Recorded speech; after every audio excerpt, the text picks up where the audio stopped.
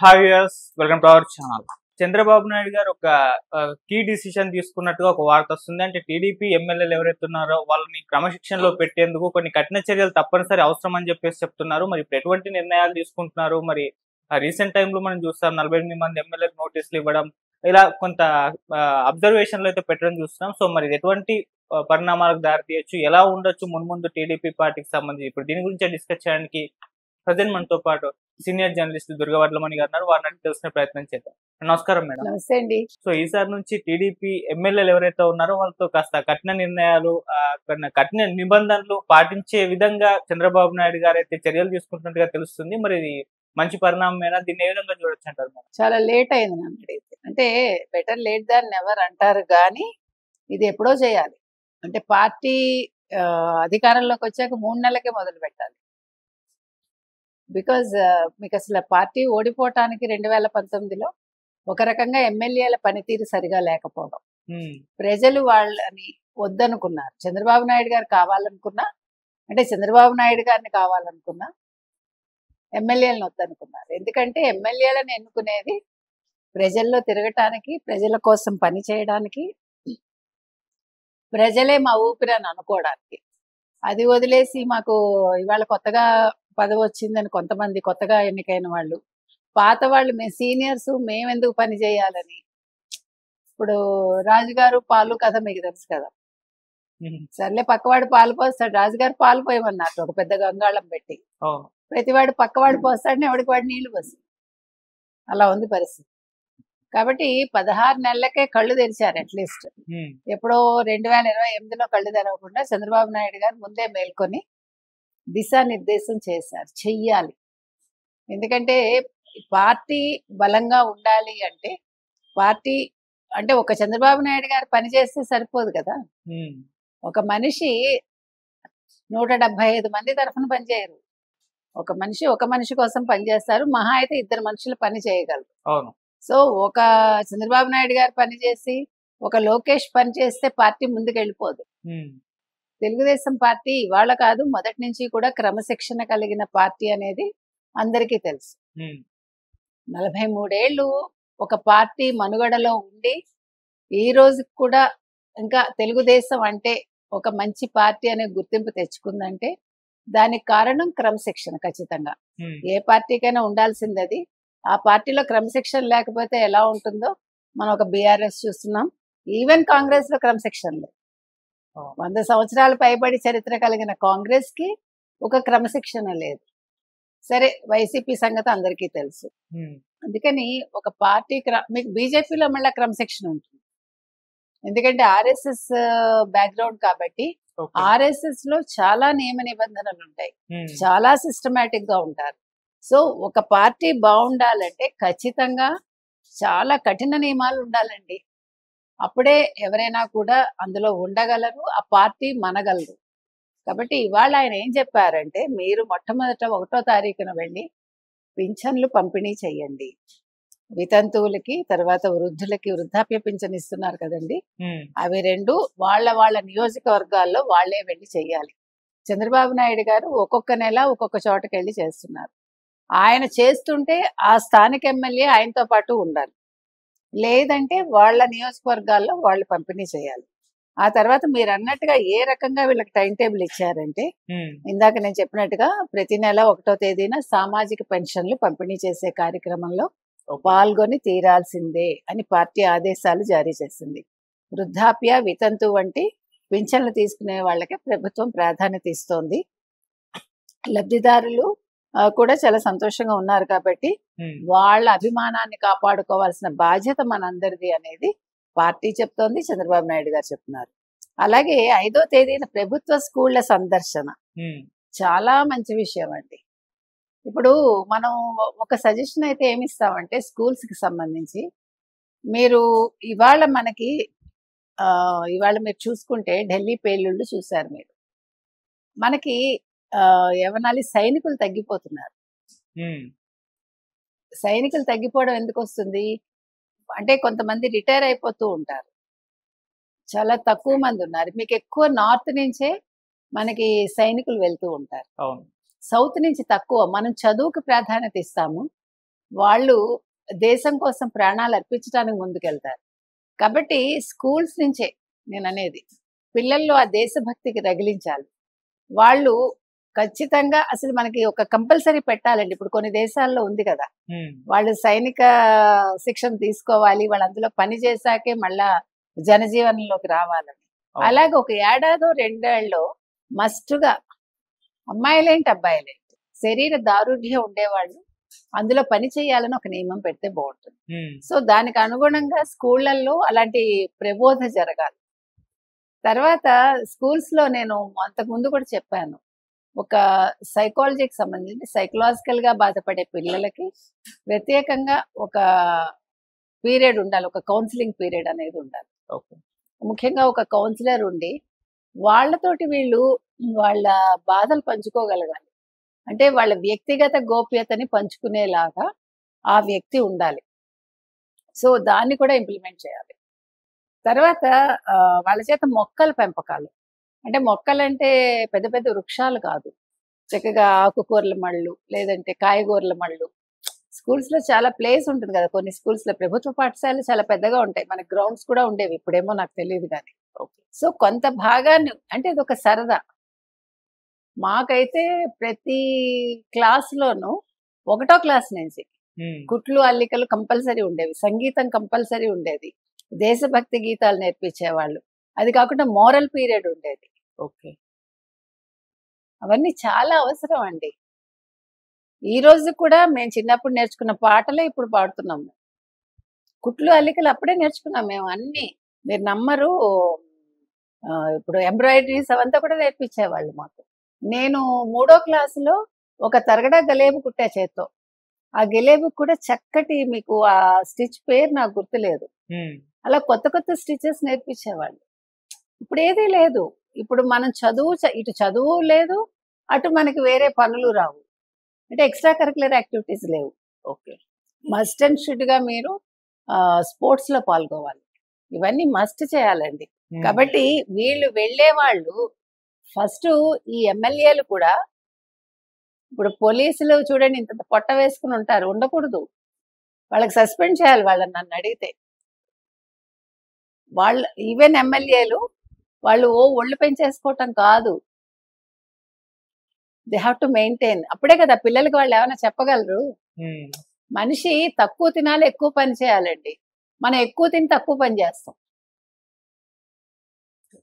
ఇవాళ ఏముంది రేపు చేద్దాంలే, ఈ రేపు అనేది మనకి చాలా క్యాజువల్ మనకి.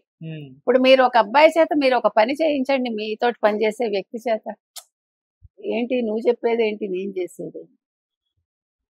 ఇప్పుడు మన మనస్తత్వాలు అట్లా అయిపోయాయి. కాబట్టి వీళ్ళకి ఇది చాలా మంచి పని అండి నన్ను అడిగితే. తర్వాత స్కూల్స్ లో అంటే ఈ పాఠశాలల్లో వాళ్ళకి భోజనం ఏ రకంగా పెడుతున్నారు, మంచి భోజనం పెడుతున్నారా లేదా. ఇప్పుడు 5వ తారీఖు వెళ్ళమని చెప్పారనుకోండి, వీళ్ళు 4న వెళ్ళిపోవాలి. మీకు అర్థమైందా?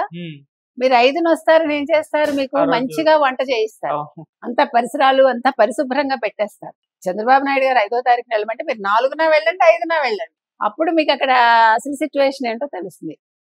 వాళ్ళు ఎలా పెడుతున్నారు, పాఠశాల శుభ్రంగా ఉందా లేదా, పరిసరాలు పరిశుభ్రంగా ఉన్నాయా లేదా, పిల్లలకి ఎలాంటి నాణ్యమైన భోజనం ఇస్తున్నారు, పిల్లల్ని సరిగా చూసుకుంటున్నారా లేదా, ఇవన్నీ చాలా ముఖ్యం అండి. కాబట్టి వాళ్ళు ఒక రోజు ముందు వెళ్తే బాగుంటుంది అనేది నా ఉద్దేశం. అలాగే ఈ అన్నా క్యాంటీన్కి వెళ్ళమని చెప్పారు. అన్నా క్యాంటీన్కి 10వ తేదీన వెళ్ళాలంట. అన్నా క్యాంటీన్కి 10 అన్నారు కదా, మేము 10న వస్తామని చెప్పి 9న వెళ్ళిపోవాలి, లేకపోతే 8న వెళ్ళిపోవాలి. వెళ్ళిపోయి అసలు వాళ్ళు ఎంతవరకు శుచి శుభ్రత ఉంది, నాణ్యత పరిమాణాలు ఎలా ఉన్నాయి, వాళ్ళు సరైన భోజనం పెడుతున్నారా, అంటే వాళ్ళు వాడే బియ్యం అవి సరిగా ఉన్నాయి లేదా, ఎలాంటి పప్పులు వాడుతున్నారు, ఇవన్నీ చెక్ చేయాలి. ఎందుకంటే పురుగు పట్టేస్తాయి, లేకపోతే ఇంకేదో అవుతుంది, లేదు దొడ్డు బియ్యం పెట్టరు, 99.99 పెట్టరు, 0.1 మన మనిషిని పట్టుకోలేంగా. అందుకని మనం ఎప్పుడు కూడా కొంచెం ముందు ఉండాలి దేనికైనా కూడా ఇలాంటి విషయాల్లో. తర్వాత అక్కడ భోజనం చేస్తున్న వాళ్ళతో మాట్లాడమని చెప్పారు, మాట్లాడాలి, వాళ్ళకి తృప్తిగా ఉందా లేదా. ఇప్పుడు మనం చూసాము తమిళనాడులో ఉదయం వాళ్ళు ఉనవగమా ఏం పెట్టారు, పలహారాలు పెట్టారు. స్టాలిన్ స్టార్ట్ చేస్తే ఇక్కడికి వచ్చి రేవంత్ రెడ్డి దాన్ని మొదలు పెట్టారు తెలంగాణలో. సో అలాగా ఉదయం పలహారాలు పెట్టడానికి అవకాశం ఉంటుందా? ఏమీ లేదు. ఇడ్లీ, వడ, ఉప్మా, పొంగల్ ఇలాంటివి పెట్టచ్చు, సాంబారు, చట్నీ. దాన్ని మళ్ళీ ఇస్కాన్కి ఇస్తే బాగుంటుంది. They can maintain. వాళ్ళు చాలా పరిశుభ్రంగా పెడతారు. ప్రభుత్వ ఆసుపత్రుల్ని సందర్శించాలి 15వ తేదీ. ఇది ఇంకా ముఖ్యం. అంటే ఒక మనిషి బతకడానికి కావలసినవన్నీ ఇవి. ఒక కుటుంబానికి సంబంధించిన అంశాలు ఇవన్నీ. ఒక పాఠశాల, ఒక అన్నా క్యాంటీన్, అంతకుముందు పెన్షన్లు, ఆ తర్వాత ప్రభుత్వ ఆసుపత్రి. ప్రభుత్వ ఆసుపత్రిలో ముఖ్యమంత్రి దగ్గర నుంచి ఎమ్మెల్యే కుటుంబాల నుంచి అందరూ అక్కడే వైద్య పరీక్షలు చేయించుకోవాలి, అక్కడే సర్జరీలు చేయించుకోవాలి అని పెట్టండి. పెట్టి తీరాలి. మీరందరూ ఎందుకు అపోలోకి వెళ్తారు? మీరందరూ ఎందుకు మళ్ళీ ప్రైవేట్ హాస్పిటల్స్కి వెళ్తారు? వెళ్ళకండి. మీరు ఫస్ట్ రూల్స్ సెట్ చేయండి. అవునా? ఇప్పటికి కూడా మీరు నమ్ముతారా లేదో, హైదరాబాద్లో గాంధీ ఆసుపత్రిని మించిన ఆసుపత్రి లేదు. ప్రొవైడెడ్ మీకు కొంచెం ఇన్ఫ్లుయెన్స్ ఉండాలి. నిమ్స్ మంచి మంచి డాక్టర్స్ ఉంటారు. కానీ మనం ఏంటి, మనకి అన్ని తొందరగా కావాలి కాబట్టి ప్రైవేట్కి వెళ్ళిపోయి డబ్బులు తగిలేసుకుంటాం.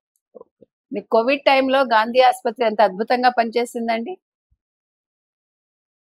5 స్టార్ లెవెల్లో చేశారు వాళ్ళు. ప్రభుత్వాలు వాళ్ళకి సహకరించాలి. ఆరోగ్య శాఖ మంత్రి పట్టించుకోవాలి. ప్రభుత్వ ఆసుపత్రులకు వెళ్ళండి, వెళ్ళి అక్కడ తీరుతన్నులు చూడండి. మీకు ఎప్పుడు కూడా డాక్టర్స్ సమస్య రాదు, కింద స్టాఫ్ తోటే సమస్య ఉంటుంది. ఎందుకంటే వాళ్ళు పని సరిగా చేయరు, ఒప్పుకున్నా ఒప్పుకోకపోయినా. వాళ్ళకి మామూళ్ళు ఇచ్చుకోవాలి మనం. కాబట్టి మీరు సెట్ చేయండి, చేసి మీరు అక్కడ వైద్య పరీక్షలు చేయించుకోండి. అప్పుడు మిగతా వాళ్ళు వస్తారు. మీరు వైద్యాన్ని ప్రజలకి చేరువ చేయండి, ప్రభుత్వ వైద్యాన్ని. ప్రైవేట్ వైద్యాన్ని చేరువ చేయకండి. తర్వాత 20వ తేదీన CRRF అంటే టీడీపీ బీమా చెక్కులు. అంటే ఇప్పుడు ఒక కార్యకర్త మెంబర్షిప్ తీసుకుంటే 5 లక్షల బీమా. మొన్న చూశారు కదా, ఒక అమ్మాయి, ఒక కుటుంబం చెప్పింది వాళ్ళ నాన్నగారు చనిపోతే ఈ బీమా డబ్బులు వచ్చి 5 లక్షలు మాకు అని. అది నిజంగా సంతోషించాలి. ఎందుకంటే 5 రూపాయలు ఎవడు ఇవ్వడు. ఇప్పుడు ఒక కుటుంబ పెద్దని కోల్పోతేనండి, ఒక కుటుంబ పెద్దని కోల్పోతే బంధువర్గం గాని స్నేహితులు గాని రూపాయి ఇవ్వరు. ఒక 5 లక్షలు అనేది చిన్న అమౌంట్ కాదు. సో అలాంటి బీమా చెక్కుల్ని పంపిణీ చేయమని ఆయన చెప్పారు. తర్వాత అంటే కార్యకర్తలకు చేస్తారు అవి. 25వ తేదీన ప్రభుత్వ కార్యాలయాల వద్దకు వెళ్ళి ప్రజల్ని పలకరించి సమస్యల మీద ఆరా తీయండి. ఇది కూడా చాలా ముఖ్యం. మీరు వెళ్ళి ఓట్లు అడుక్కోక్కర్లే. రేపు పొద్దున్న 2029లో యూనో మీరు ఇవన్నీ చేశారనుకోండి, ప్రజలే మీ దగ్గరికి వస్తారు, ప్రజలే ఓట్లు వేస్తారు మీకు. ఎస్, మా మంత్రి మమ్మల్ని పట్టించుకున్నారు, మా ఎమ్మెల్యే మమ్మల్ని పట్టించుకున్నారు. ఇవాళ పి జనార్దన్ రెడ్డిని ఎందుకు గుర్తుపెట్టుకుంటారండి తెలుసా మీకు? మీరు పిలిచినా, నేను పిలిచినా, అబ్బాయి పిలిచినా అర్ధరాత్రి అయినా ఆయన వెళ్ళేవాడు.